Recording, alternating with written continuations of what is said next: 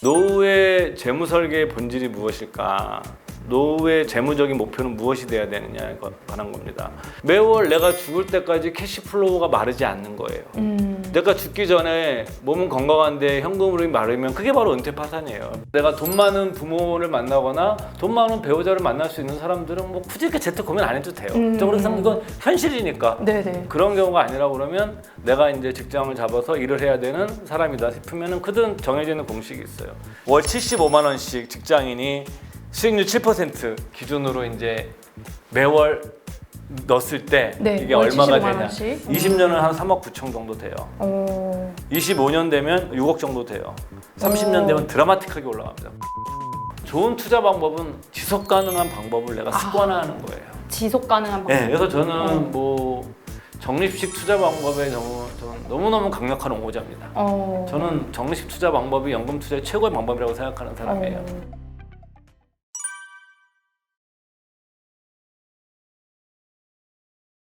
네, 안녕하세요. 돈어리 김하나입니다. 자, 여러분 요즘 물가도 참 많이 오르고 또 월급은 안 오르고 참 살기가 팍팍합니다. 그런데 정말 이 그 장수 시대, 100세 시대라고 이야기를 하는데 이 노후에 나는 과연 어떻게 해야 되나 막막하기도 한데요. 자, 오늘은 우리 미래에 대한 걱정을 함께 이야기해 보실 분 모셨습니다. 오늘 우리의 안정적인 노후에 정말 해답을 주실 분입니다. 미래에셋 투자와 연금센터의 이상건 센터장님 모셨습니다. 안녕하세요. 네, 반갑습니다.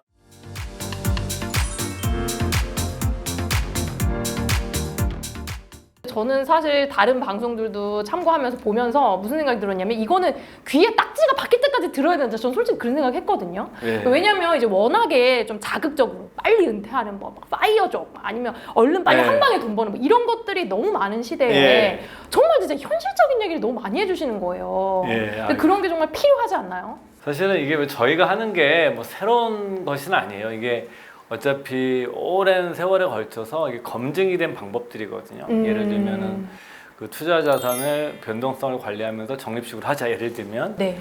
이런 거를 오랜간의 장기간에 걸쳐 투자하면 최소 은행 금리는 이기고 인플레이션 위험에 대비할 수 있다. 이거 너무 교과서적인 얘기예요.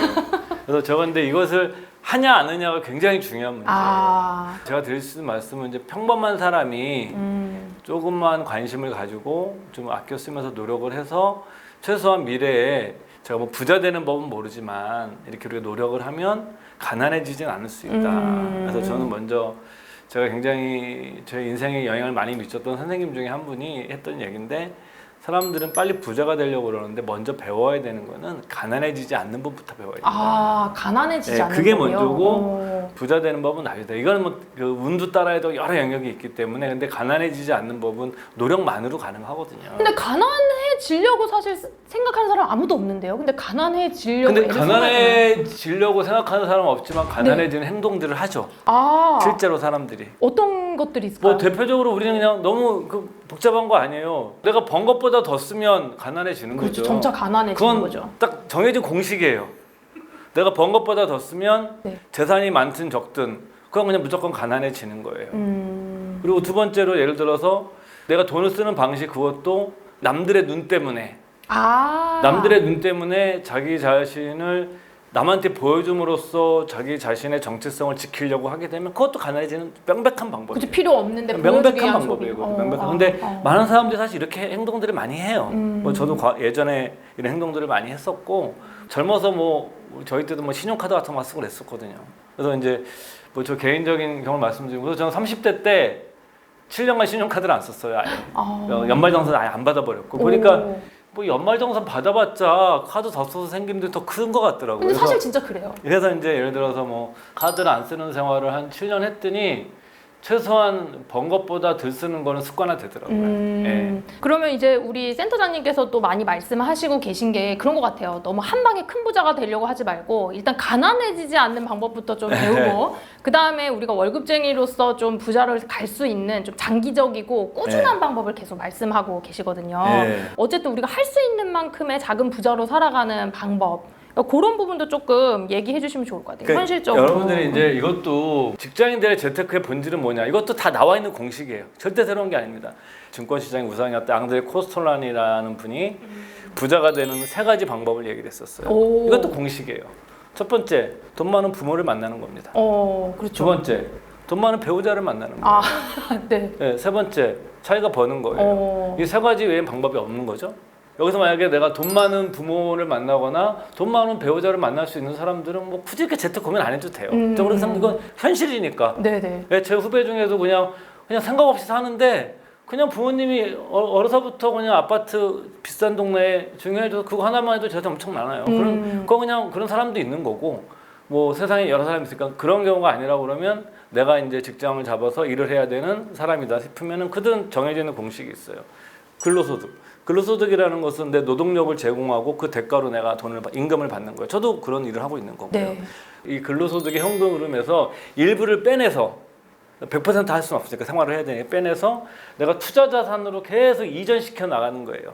이 투자 자산으로 더 많이, 더 빨리 이전할수록 그래서 투자 자산의 크기가 커져서 투자 자산만으로 내가 살 수 있는 게 부자인 거예요. 그렇잖아요. 예, 당연한 거 아니에요? 당연하죠. 부자란 거에서 어떤 사람은 나는 뭐 1,000억이 있어도 부자인 경우도 있지만 어떤 사람은 난 10억만 있어도 나는 그냥 죽을 때까지 살 수 있는 내가 소비 성향도 낮고 뭐 이렇게 내가 소박하게 살 거고 이런 사람은 상관없는 거예요. 그것도 그 사람 부자예요. 그러니까 우리가 본질은 뭐냐면 이 투자 자산만으로도 내 삶을 영위할 수 있는 수준까지 가기 위해 노력하는 게 그냥 셀러민들의 재테크의 본질이에요. 그럼 투자 자산은 뭐로 구성되어 있느냐? 주식, 부동산, 채권이에요. 근로소득이 들어오지 그쵸? 않더라도 이게 딱 본질이에요. 투자 자산으로 예. 나의 자산을 소득을 벌어들일 수 있는. 그렇기 때문에 저는 여러분들이 저축의 본질과 이 투자의 본질을 잘 이해하는 게 중요해요. 저축의 본질은 뭐냐면 원금을 떼이지 않고 이자를 받는 거예요. 그러니까 여기서 성장이라는 개념이 없는 겁니다. 아, 그렇네, 진짜. 그래서 저축의 핵심 개념은 뭐냐면 신용이에요, 신용. 돈을 떼이지 않느냐는 겁니다. 그러니까 투자의 본질은 뭐냐면 이거 깨먹을 때 깨먹더라도 투자라는 것은 성장하는 거예요, 자산. 그러니까 우리가 이론적으로는 100년 뒤에 부동산 가격은 어떻게 해야 됩니까? 떨어질까요? 올라 있을까요? 모르죠. 모르죠. 네. 그럼 5년 뒤에는 어떻게 될까요? 그리고 그러면 지금까지 우리나라 부동산은 한 50년 동안 올랐나요? 떨어졌나요? 우리가 이런 질문 한번 던져보시면 대충 보면 이렇게 언젠가 시간이 지나서 이렇게 오르는 것 자체가 크게 자산이에요. 그 투자 자산이에요. 투자 성과는 인간적인 요소를 제외하고 우리가 이제 숫자만 놓고 보면 세 가지 숫자의 함수예요. 하나는 수익률. 당연히 수익률이 높으면 투자 성과가 좋겠죠. 그 다음에 투자 금액이 크면 투자 결과로서 금액이 커지겠죠. 그다음 세 번째가 시간입니다. 투자 기간이 걸어지면 이게 이제 우리 복리 효과를 말씀드리는 건데 시간 때문에 그런 건데 여기서 보세요. 수익률은 내가 높이면 높일수가 좋지만 이게 마음대로 쉽지 않아요. 그럼 굉장히 사실 여러분들이 내가 원하는 만큼 수익률 높일 수 있으면 여러분들이 이런 유튜브도 보실 필요도 없고 회사도 다니실 필요 없어요. 내가 여러분들 농담삼아 그런 얘기를 하는데 22% 여러분들 20% 수익률을 여러분들이 올릴 수 있는 능력이 있는 사람이면 아무것도 안 해도 돼요. 그냥 20%면 엄청난 거죠. 예. 15%만 내가 매년 올릴 수 있으면 지금 당장 회사 그만두시고 자금 운용하시면 돼요. 금액이 적더라도. 그럼 언젠가 이분은 무조건 부자가 돼요. 두 번째가 금액인데 금액이라는 건 당연히 크게 시작하는 게 절대적으로 유리합니다. 근데 돈의 크기의 아이러니인데 이게 바로 100억을 가진 사람의 1%는 1억이거든요. 네. 근데 100만 원 가진 사람의 1%는 얼마예요? 만 원밖에 안 되죠. 네. 그러니까 거꾸로 보게 되면 100억을 가진 사람들은 100억 중에 10%를 아주 공격적으로 투자해도 아무 상관이 없어요. 그렇잖아요. 그다 날리더라도 내 삶에 전혀 지장이 없거든요. 근데 예를 들어서 100만 원 있는 사람들은 공격적으로 투자해서 다 잃으면 꽝이 돼요. 누가 더 공격적일까요? 항상 후자가 공격적이에요. 이게 바로 제 생각엔 돈의 아이러니예요. 오히려 적게 가진 사람들이 오히려 더 공격적인 행동을 많이 돈에 한다는 적게 가지신 건가요? 분들이 더 잘 꾸려나가야 되거든요. 장기적으로 더 계획을 세워도 고민해야 되거든요. 근데 사람이 뭐냐면 리스크를 수용하는 게 사람의 성격도 있지만 돈의 크기도 좌우를 해요. 이런 식으로. 얼마 안 되니까 뭐 이렇게 접근을 한다는 건가요? 그 다음에 세 번째가 시간이에요. 근데 이 세 가지 변수 중에 가장 과소평가받는 게 시간이에요. 연금 투자는 제일 바보같이 해야 되는 거다. 왜냐면 매월 얼마씩 꾸준히 계속 쉬지 않고 시장이 좋으나 낮으나 만약에 시장이 좋고 나쁜 걸 예측할 수 있으면 그렇게 해라. 왜 그렇게 안 하냐? 내가 바닥에서 꼭대기 팔 수 있는데 왜 안 합니까 그거를? 근데 사람들이 그럼에도 불구하고 맨날 알고 싶어한 건 시장의 바닥과 꼭대기가 어딘지 알고 싶어요. 맞아요. 원래 알 수 없는 걸 알고자 하는 거예요. 아. 사람이 뭐냐면 알 수 있는 거에 집중을 해야 돼요. 그러면 여러분들 뭐냐면 내가 예를 들어서 뭐 연금 저축 계좌를 내가 운용을 하는데 이걸 내가 뭐 직장 생활 뭐 30에 시작을 했어. 그러면 내가 55세에 받아. 그러면 25년 나한테 주어져 있는 시간이에요. 물론 그 과정에 뭐 이직도 여러 가지 일이 생길 수가 있지만 우리가 일단은 상품 구조만 놓고 25년 동안 있어요. 25년 동안 내가 얼마를 넣을 수 있는지에 대한 고민을 안 해요, 사람들이. 그냥 빨리 부자가 됐고 빨리 막 돈 많이 벌어서 이런 생각을 해줘.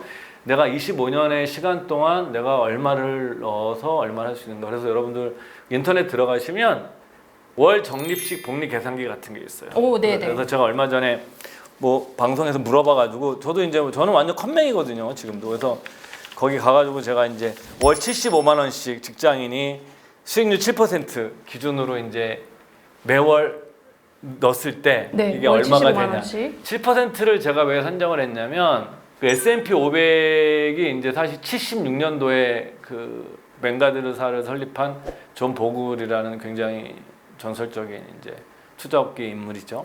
이분께서 이제 개인들을 위한 최초의 인덱스 펀드를 S&P 500 인덱스 펀드를 출시합니다.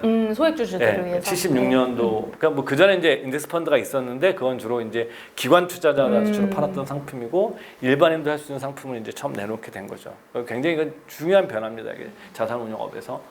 그때 이후부터 지금까지 쭉 이렇게 기록이 있어요. 그다음에 이제 또 구글에 또 들어서 검색해 보시면 S&P 500을 70년대 이 상품이 나왔지만 요 똑같은 방법론을 가지고 S&P 500 기업을 뽑아서 이거를 1800년대까지 연장을 해가지고 200년간의 그 S&P 500을 그래프를 뽑아놓은 게 있습니다. 연평균 한 8% 정도 나와요. 근데 최근에 좀 높아요. 최근에는 주가가 많이 올라서 최근에 10%가 넘을 거예요. 그래서 어떤 분들은 이제 S&P 500도 많이 올랐다고 얘기하시는 분도 계세요. 그렇지만 우리가 이제 가장 볼 수 있는 대표적인 이런 그 시장 지수거든요. 이건 단순한 개별 종목 지수가 아니라 전체에 시장 대한 전체에 대한 시장 전체. 그러니까 미국이란 나라에 상장되어 있는 주식이란 통틀은 자산이 만들어내는 수익률이에요. 그게 이제 연평균 한 8% 정도 나옵니다. 그래서 좀 낮다 치고 7%를 잡으면 월 75만 원씩 10년을 넣으면 1억 3,157만 7천 원 정도가 돼요. 10년 넣으면? 예, 20년은 한 3억 9천 정도 돼요. 25년 되면 6억 정도 돼요. 30년 되면 드라마틱하게 올라갑니다. 9억이 넘어가요. 아, 이게 복리 효과 때문인가요? 그래서 만약에 그러니까 뭐냐면 돈이 많지 않은 사람들이 가지고 있는 가장 큰 자산은 시간이란 자산인데 많은 분들이 금액과 수익률에 매달리는 거예요. 먼저 내가 시간이라는 자산을 어떻게 최대한 활용할 것이고 내가 수익률 8에서 10%만 올려도 내가 월 뭐 100만 원, 75만 원을 꾸준히 투자하면 물론 이거대로 안 될 수도 있습니다. 떨어질 수도 있고 저도 뭐 미래 예측할 수 있는 건 아니지만 우리가 이제 과거에 그랬으니까 이거를 물론 과거가 미래를 대체하지 못하겠지만 우리가 이제 과거 경험치를 봐서 한 7, 8% 내가 딴다, 수익률 올린다, 뭐 딴다는 표현이 이상하지만 그걸 원더 가정을 해보더라도 여러분들께서도 보면은 굉장히 복잡하게 생각하는 거죠. 내가 빨리 뭘 사서 부자가 돼서 몇 억을 벌게 생각하지 말고 연금저축계좌라는 좋은 제도가 있고 그리고 그 제도는 세액공제도 해주고 그 다음에 발생한 수익에 대해서 과세일이 이연해 주잖아요. 네네. 만약에 뭐 ETF 가져온다 배당금을 받았으면 일반적인 계좌에 있으면 15.4% 배당을 세금 배당 소득세를 내야 되는데 이건 그냥 계속 이연시켜버리는 딜레이 이연이잖아요. 네. 그러다가 마지막에 그것도 연금소득세 3.3에서 5.5%만 내잖아요. 그리고 이 돈은 나중에 퇴직해서 건보료 산정할 때 포함도 안 시켜주잖아요. 그렇죠. 이거 모든 게 끝나잖아요. 그러니까 모든 게 좋은 혜택인데 문제는 그 장기간이라는 게 항상 그쵸. 문제거든요. 이 장기간을 버틸 수가 없어요. 만약에 뭐 마음이. 제 의견에 뭐 네. 저도 딴 데 나서 이런 얘기하러 반박하시는 분도 계신데 뭐 그건 저랑 생각이 다른 건 제가 뭐 그분들의 의견을 제가 코멘트할 생각은 없고요. 만약에 여러분들께서 이런 시간의 힘을 믿으시면 제가 한 가지 자신 있게 말씀드릴 수 있는 건 가난해지진 않아요. 엄청 부자가 아니라 우리는 천천히 모두. 부자가 되는 길을 선택하면 내가 정말 큰 부자 못 돼도 가난해지진 않아요. 그래서 주식시장을 통째로 사는 방법 같은 게 있는 거죠. 그게 인덱스를 사는 방법인 거고 아니면 좀 보수적이신 분들 중에 이제 뭐 배당 성장 그러니까 배당금이 쭉 성장하는 것도 성장하는 거거든요. 그러니까 뭐 많이 사실 저도 좀 조금 많지는 않지만 그 관심 있는 뭐 ETF 중에 배당 다우지수 이런 것들 뭐냐면 이게 매년 배당금 조금씩 성장하는 자산이거든요. 그런 기업들로만 포트폴리오 짜놓은 거니까 이것도 성장하는 자산이에요. 그러니까 기본적으로 여러분들이 뭐냐면 자산이 성장해야 돼요. 장기적으로. 그럼 여러분들이 성장하는 자산을 중심으로 짜면서 내가 이 리스크가 다 싫으면 여기에 내가 성장하진 않지만 내가 확실하게 원금이 단기적으로 수 보장이 있는. 되는 건 그게 바로 여러분들 거창하게 얘기하는 자산 배분이고 포트폴리오예요. 그러니까 결국에 연금을 마련할 때도 이런 포트폴리오를 통해서 네, 당연하죠. 성장하는 자산도 마련하고 안정적인 자산도 마련하고 네. 이거 성향에 맞게끔 예. 이렇게 제시를 해라. 자기가 뭐 너무 예. 지식이 없으신 분들은 또 다른 뭐 TDF 타겟 데이트 펀드 같은 거 해가지고 뭐 대충 내가 뭐 2045 그럼 2045년도에 은퇴한다고 가정해서 주식 비중을 계속 조절해 주는 거 알아서. 그러니까 뭐 저희가 쓰는 표현은 이게 뭐 자동 항법 장치 같은 상품이라고 그러는데 그냥 지가 알아서 그냥 이렇게 굴러가는 거예요. 그런 거를 내가 넣어놓고 가져가거나 이런 방식을 취하시는 게 좋고. 너무 이제 단기 매매하거나 이렇게 어떤 유행에 따라서 투자하거나 그거는 개인적으로는 저는 연금에 적합한 방법은 아니다. 연금은 이렇게 좀 장기적으로 성장하는 자산 그리고 만약에 내가 테마를 하더라도 좀 여러분 반드시 그런 건 적립식으로 이렇게 좀 꾸준히 할 수 있는 것. 그러니까 여러분들이 뭐냐면은 좋은 투자 방법은 지속 가능한 방법을 내가 습관화하는 거예요. 지속 가능한 방법. 네, 그래서 저는 뭐 적립식 투자 방법에 저는 너무너무 강력한 옹호자입니다. 저는 적립식 투자 방법이 연금 투자의 최고의 방법이라고 생각하는 사람이에요. 이제 은퇴나 퇴직을 하신 분들을 많이 만나보시면 이분들이 가장 후회하는 게 뭔지 좀 궁금합니다. 그 직장인 400명을 대상으로 해가지고 퇴직 전 준비하지 못해 가장 후회되는 것은 무엇인가라는 것을 설문조사를 한 적이 있었어요. 근데 이 설문조사 결과에 대해서 항상 관심들이 많으시더라고요. 이게 딱 보면은 어떤 것을 후회하냐 그러면 400명 중에 150명이 당연히 돈이었어요. 재정 관리. 미리 돈을 좀 모아놓을 거예요. 예. 재정 관리도 이제 뭐 여러 가지가 있죠. 뭐 일단은 가장 큰 게 연금 좀 많이 해놓을 걸. 연금 저축, 연금 보험 이런 것들 많이 해놓을 걸. 이런 것들이 좀 많았고 또 하나는 뭐 퇴직금 중간정산 받으신 분들 중에서도 괜히 받았다. 중간에 괜히 뺐었다. 냅둘 걸. 뭐 이런 거 후회하시는 분들도 꽤 많으셨고요. 그다음에 이제 연금 외 쪽에서는 주식이나 펀드 투자에 좀 관심 좀 많이 가질 걸, 투자에 좀 관심을 더 많이 가질 걸. 그다음에 이제 괜찮은 의료, 건강 관련 보험을 좀 잘 들어줄 걸. 그때 뭐 집 좀 사둘 걸 당연히 있을 것이고. 그쵸. 이런 것도 있어요 정말. 씀씀이 좀 미리 줄여둘 걸.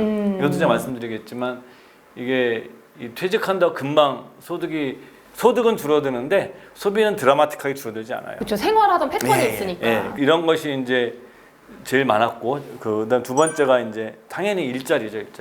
그러니까 퇴직 후 일자리 계획이나 준비를 좀 하지 않은 것을 후회하셨고 세 번째가 건강 관리, 네 번째가 취미 및 여가 생활, 다섯 번째가 가족 및 인간관계였었어요. 그러니까 일단 보시면 돈, 일자리, 건강, 인간관계 이게 사실은 노후의 네 기둥이에요. 네 기둥을 다 완벽하게 준비할 수는 없어요. 그러니까 많은 분들이 네 기둥을 완벽하게 하는 사람이 얼마나 있을까 한국에 저는 거의 없을 거예요. 그러니까 있지만 우리가 개념적으로 이해를 하고 있어야 되죠. 이 네 가지 기둥이고 이 사람들이 후회하는 것들도 다 이 네 가지와 관련이 있어요. 그렇네요. 이것이 가장 또 퇴직의 삶에서 가장 중요한 것이고요. 예.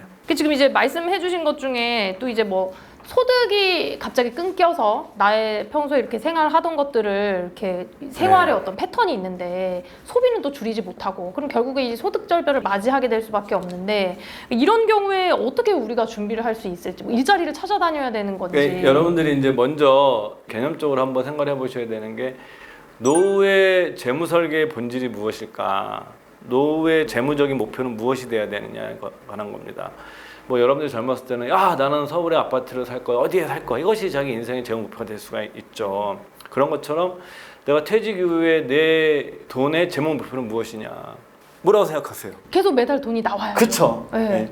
핵심은 바로 현금 흐름도 현금 흐름. 뭐 영어로 인컴, 뭐 캐시플로우, 현금 흐름, 뭐 월세라고 표현을 하든 뭐가 됐든 매월 내가 죽을 때까지 캐시플로우가 마르지 않는 거예요.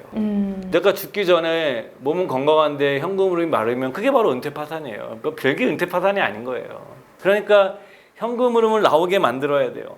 내가 그러면 우리가 이제 현금 흐름이 나오게 만드는 방법은 몇 가지가 또 정해져 있죠. 그러니까 예를 들면 첫 번째로 내가 기존에 가지고 있는 자산인데 현금 흐름을 전제로 만들어진 자산을 소유하고 있느냐. 이건 대표적으로 국민연금과 연금 자산이죠. 그래서 여러분들께서 뭐냐면 통합연금 포털이 있어요. 거기 검색해보시면 통합연금 포털 검색하셔서 거기 내가 그런 가입하고 있는 국민연금부터 다 나와요. 내가 예상 뭐 정확하진 않더라도 시뮬레이션에서 대충 나옵니다. 두 번째는 뭐냐면 내가 캐시플로우가 나오는 자산을 내가 사는 거죠. 투자라는 거죠. 그래서 뭐 임대사업자가 되든 부동산 월세를 받든 아니면 요즘 뭐 월 배당 ETF를 사든 배당이 됐건 네, 배당 월세가 ETF, 됐건 그쵸. 예. 뭐 아니면 채권에서 채권 이자를 이자를 받든 받건. 은행 이자를 받든 이것도 다 이자나 월세나 배당은 다 캐시플로우의 원천이기 때문에 그러니까 이거를 내가 얼마나 받을 수 있는지 내가 갖고 있는 자산에서 그다음에 세 번째 방법은 기존 보유하고 있는 자산을 활용해서 캐시플로우를 만들어내는 거죠. 그러니까 대표적으로 주택연금 같은 겁니다. 주택연금. 왜냐하면 내가 살고 있는 집에서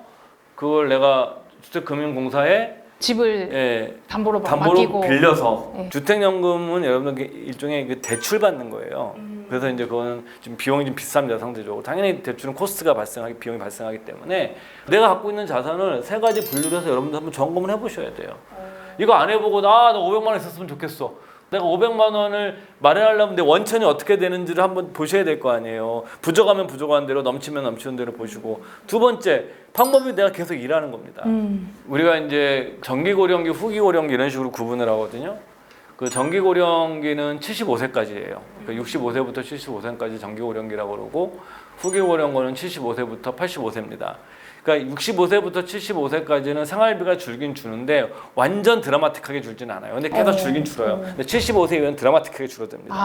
활동을 거의 안 하시니까. 당연히. 예. 그러니까 그래서 75세까지는 허드렛 일이라도 일을 하라고 그러는 거예요. 내가 만약에 월 100만 원을 벌으면 여러분들 내가 투자를 해가지고 여러분들 캐시플로우로 투자돼서 월 100만 원씩 만드는 애가 결코 쉽지 않습니다. 쉽지 않죠. 맞아요. 결코 쉽지 월세 100만 원도 쉽지가 않고 배당 100만 결코 원도 쉽지 쉽지 않습니다. 않고. 그러니까 내가 허드렛에서 100만 원을 하게 되면 또 온 게 뭐냐면 기존에 모아놓은 돈을 어땠죠? 덜 뺐어도 되죠. 그리고 내가 생활비 조달하니까 여러분들께서 뭐냐면 근로소득이든 임대사업을 하든 배당을 받든 이자를 받든 이 총괄화된 캐시플로우를 내가 얼마나 확보할 수 있겠느냐. 현실적으로 일단 내가 만들어낼 수 있는 캐시플로우가 얼마인가를 해야 되는데 따져보고. 예. 한국은 이게 뭐냐면 그래서 계속 연금 개혁의 논의가 되는 포인트가 여기인 겁니다. 국민연금, 공적연금에서 그 소득 대체율이라고 그러거든요. 퇴직 전에 소득의 대체율이 우리나라가 40%로 설정이 되어 있습니다. 국민연금의 소득 대체율 40%라는 게 내가 40년간 국민연금료를 낸 거를 전제로 하는 거예요. 근데 40년간을 내는 사람이 국내에 많지. 거의 없죠. 예. 네. 근데 외국은 40년 된 사람들이 많죠. 도요타나 일본만 하더라도 도요타 같은 자동차에 고등학교 마치고 취업을 합니다. 그럼 19, 20살에 들어가요. 60까지 다닙니다. 정년 65세로 늘어났죠. 지금 다시 또 70세 다 늘려줬거든요. 그럼 30년 넘습니다. 그럼 공적연금만으로도 거의 생활비의 8, 90%가 해결이 돼요. 이해되시죠? 불입한 금액이 많으니까. 우리나라는 그게 안 돼요. 우리나라는 왜 안 되냐면 대학 나온 사람 기준으로 따지면 남자들 군대 갔다 와야죠.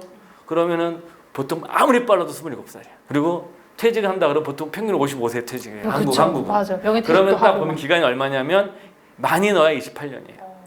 30년. 근데 사실은 이 복리 효과는 시간이 지날수록 더 드라마틱하게 올라가는 이 구간 다 사라지는 거예요. 이해되시죠? 사적연금도 그렇고 공적도 마찬가지입니다. 그러면 벌써 10년의 차이가 나는 거예요. 빨리 시작했어야 되네. 한국은 이게 공적 제도가 문제가 있는 게 아니에요. 한국 사회에 약간 특수성 같은 게 있는 거예요. 그러니까 유럽이나 이런 애들은 내가 40년 넣었는데 더 일하라 그러니까 애들이 데모하는 거예요. 나는 이미 준비돼가지고 난 인생 즐기려고 그랬는데 왜 일을 더 우리는 그게 아니라 일 더 하겠다고 그러는 거예요. 당연하거든요. 이거는 국민연금으로 공적연금으로 소득 대체할 수 있는 것 자체가 안 되기 때문에 높지 않으니까. 그러니까 당연히 근데 내가 사적연금을 많이 해야 돼. 그것도 많이 안 됐으면 당연히 일하는 기간이 늘어져야 되는 거예요. 그래서 여러분들께서 뭐냐면 뭐 하나로 내가 막 노후의 캐시플로 해결할 수 있다. 그런 건 존재하지 않습니다. 그런 거는 돈이 아주 많으셔야 되고요. 대다수의 경우는 내가 일도 하고 일부 연금도 받고 그다음에 내가 자산 운용도 하면서 수익도 좀 발생하고 이런 식으로 해서 우리나라는 뭐냐면 이 통합적인 관점에서 저희 센터에서 제안하는 개념은 연금 겸업형 라이프 스타일이라는 표현을 씁니다. 그러니까 일부 연금 일부 받으면서 겸업 일도 좀 해가고 연금 겸업형 이게 또 정신 건강에도 좋고 사실은 인간관계도 좋고 부부관계도 좋아진다고 이렇게 학자들이 얘기를 하니까 그래서 이런 식으로 내가 다양한 소득 원천을 확보해서 내 캐시플로우를 만들려고 지속적인 노력을 해내는 것이 사실 노후 재무 설계의 처음이자 끝입니다. 우리 센터장님 마지막으로 우리 은퇴를 앞두신 분 그리고 또 준비가 사실 부족한 상황에서 은퇴하시는 분들도 많거든요. 이런 분들한테 마지막으로 좀 조언 한마디 부탁드리겠습니다. 첫 번째로는 이것도 또 여러분들 귀에 피난다고 그러실지 모르겠지만 지금이라도 관심을 갖자. 지금이라도 관심을 연금에 갖자. 관심 갖고 내 노후에 관심을 갖자. 제가 굉장히 좋아하는 얘기가 마이크 타이슨 아시죠? 권투 선수. 오. 마이크 타이슨의 얘기 중에 제가 너무너무 좋아하는 얘기가 있어요. 누구나 다 계획은 있다. 한 대 쳐맞기 전까지. 들어본 것 같아. 예, 유명한 얘기죠. 유명한 얘기죠. 누구나 다 계획이 있죠. 내가 시합에 올라가는데 저 선수를 내가 뭐 머리를 먼저 배로 공격하고 막 계획 엄청 세우고 가죠. 그래도 한 대 딱 쳐맞으면 생각이 또 하나도 없는 거죠. 그런 것처럼 여러분들이 계획을 세우고 관심을 가져도 어렵다는 겁니다. 또 인생이라는 것이 우리가 생각하지 못했던 다 아시잖아요. 생각해도 않은 이벤트가 늘 발생하는 것이기 때문에 맞아요. 발생하는 것이기 때문에 처맞는 상황이 반드시 옵니다. 그나마 계획을 세워놔야 처맞아도 한번 고개 흔들고 나서 정신을 차리는 거지. 그래서 일찍 관심과 계획을 세우자. 두 번째는 뭐냐면 아까 말씀드린 것처럼 내 재산을 현금으로 중심으로 한번 재평가해보자. 내가 갖고 있는 자산을 얼마 캐시플로를 만들어낼 수 있을까 앞으로. 세 번째가 재정 소방 훈련을 하자. 이것은 재정 소방 훈련. 예, 이거는 이제 맞벌이 함정이라는 책에서 미국의 평균적인 맞벌이 부부들이 파산하는 거를 이제 연구를 하신 책이고 굉장히 화제가 됐던 굉장히 오래된 책이지만 저는 굉장히 좋아하는 책입니다. 학군 입찰 경쟁을 한다. 아이 교육열이 높으니까 좋은 동네 가서 대출을 왕창 받아가지고 대출을 하고 애 교육 자원을 때려놓고 막 이자도 갚아야 나고 막 이렇게 하는데 부부 중에 한 명이 딱 해고가 돼가는 순간. 수입이 줄어든 순간. 그래서 이제 미국은 또 파산이 우리보다 쉽거든요. 그래서 그런 일에 왔다고 가정을 하고 우리 가족이 버틸 수 있느냐 현재의 삶의 수준을 그걸 재정 소방 훈련이나 소방 훈련 하듯이 하자라는 건데.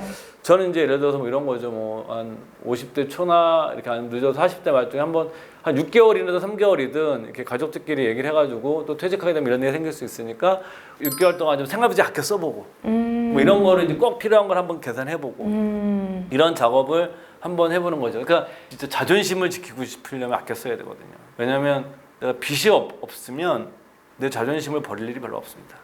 그러니까 사람이 돈 때문에 자기 자존심을 버리는 경우는 거의 다 빚 때문에 그런 거예요. 그래서 삶에서 뭐냐면 내가 뭐 사업을 하시는 분은 좀 다르죠. 이 영역은 다지만 월급쟁이인 경우에는 내가 아껴 쓰고 빚이 없으면 굳이 내가 자존심을 크게 굽힐 일은 없습니다. 근데 사람들이 뭐냐면 많이 쓰고 많이 벌면서 자존심도 지키고 하다 보니까 세 가지 중에 하나가 박살이 났을 때 다양이 안 나오는 거예요. 근데 평소에 아껴 쓰고 사는 사람들은 깨져도 버티면 되거든요. 그런 관점에서 한번 좀 보셨으면 좋겠고 저는 뭐죠 네 번째로 이제 희망도 불안도 해결책이 아니다. 그러니까 저희도 이런 유튜브 콘텐츠를 만들고 하지만 은퇴 콘텐츠에 대해서는 한쪽은 지나치게 희망적인 얘기를 하고 한쪽은 지나치게 겁을 주죠. 겁박이죠, 겁박. 둘 다 실체가 아니다. 삶에는 희노애락이 있는 거예요. 희노애락이 없는 삶은 존재하지 않아요. 그리고 뭐 제가 지금 보고 있는 심리학책에도 나오지만 사람이 두 가지 감정이 같이 공존할 때 훨씬 더 사람은 건강해진다 얘기를 합니다. 그렇기 때문에 여러분들께서 이렇게 너무 공포도 갖지 말고 또 너무 낙관도 하지 말고 그냥 현실을 생각하면서 합리적으로 대응하자. 저도 못하는 거지만 그러니까 저에 대한 얘기기도 해요. 이거는 뭐 그다음에 마지막으로는 뭐냐면 퇴직은 내 삶의 수평이동이 아니에요. 내가 지구라는 행성에서 퇴직해서 지구라는 행성으로 가는 게 아니라 지구라는 행성에서 퇴직을 하면 화성이나 목성으로 가는 거예요. 다른 행성으로 가는 거예요? 다른 행성으로 가는 거예요. 퇴직하면요? 예. 그래서 내가 거기서 뭐 얼마나 뭐 잘 나가는 임원이었든 뭐 뭐든 내 삶의 연속성이 있지 않아요. 과거의 나와 단절이 완전 된다는 거네요. 단절이 인간관계도 단절이 될 것이고 그래서 뭐냐면 기업체에서 막 잘 나가던 분들이 딱 퇴직을 당하면 굉장히 더 힘들어하세요. 우울감도 더 심해지고. 임금 피크제 걸렸던 분들은 딱 부장하시고 임원 승진 포기하신 분들은 소프트 랜딩이 많이 돼요. 예, 자기가 다 줄여놨거든요. 욕심이나 이런 크기를. 근데 이분들은 회한이 남는 거예요. 이분은 거의 경착륙이 돼요. 그래서 이거를 이제 그 저자 이름은 잘 기억이 안 나는데 노력한 자의 저주라는 표현을 쓰더라고요. 너무 열심히 노력해서 살았는데 퇴직 때 그게 저주가 된다는 거죠. 오히려 그 우울감과 상실감이 크다. 예. 그렇기 때문에 여러분들께서 이게 뭐냐면은 은퇴는 우리가 뭐 최선의 게임을 찾는 게 아니라 제가 드리는 말씀은 최악을 피하는 게임인 거예요. 각자 살아온 길이 있고 각자 살아갈 길이 있고 각자 살아온 삶의 다양성이 있기 때문에 본질적인 답은 자기 자신밖에 찾을 수가 없어요. 그렇지 않겠습니까? 어떤 인생에 대한 어떤 답을 남이 대신해 줍니까? 내 문제는 자기 자신을 풀 수밖에 없는 거기 때문에 우리가 이제 이런 자료들을 보고 경험들을 보니 이런 경우를 했을 때 여러분들의 삶의 리스크가 더 줄어드는 것 같다, 위험다, 그런 말씀을 드리는 차원으로 이런 말씀을 드리는 네. 거고, 너 정말 그렇게 사냐? 저렇게 못 살아요. 저도 이렇게 노력하고 있는 사람이라는 것 자체로 이게 받아들였으면 좋겠습니다. 아, 예. 네. 아유, 우리 그 센터장님 모시고 은퇴와 노후 준비에 대해서 굉장히 다양한 각도로 오늘 이야기를 나눠본 것 같습니다. 진짜 이 많은 경험과 또 이제 저에게 조언 말씀도 많이 해주셨는데요. 그래도 이제 여러분들 그 시간이 정말 가장 중요한 자산이라는 생각이 저는 딱 머리에 박혔거든요. 그래서 우리가 정말 습관적으로 어떠한 뭐 이제 뭐 희망과 또 아까 너무 불행 이런 것에 흔들리지 말고 우리가 할 수 있는 일을 습관적으로 해나가는 게 노후 준비의 첫걸음이 아닌가 그런 생각을 한번 해봤습니다. 오늘 어려운 시간 함께 네. 해주셔서 정말 감사드리고요. 네. 네, 이제 또 선선할 때 네. 그 시간 되시면은 또 네. 방문해 주셨으면 좋겠습니다. 네, 선생님한테 불러주시면 또 네. 오겠습니다. 감사합니다. 예, 고맙습니다. 네.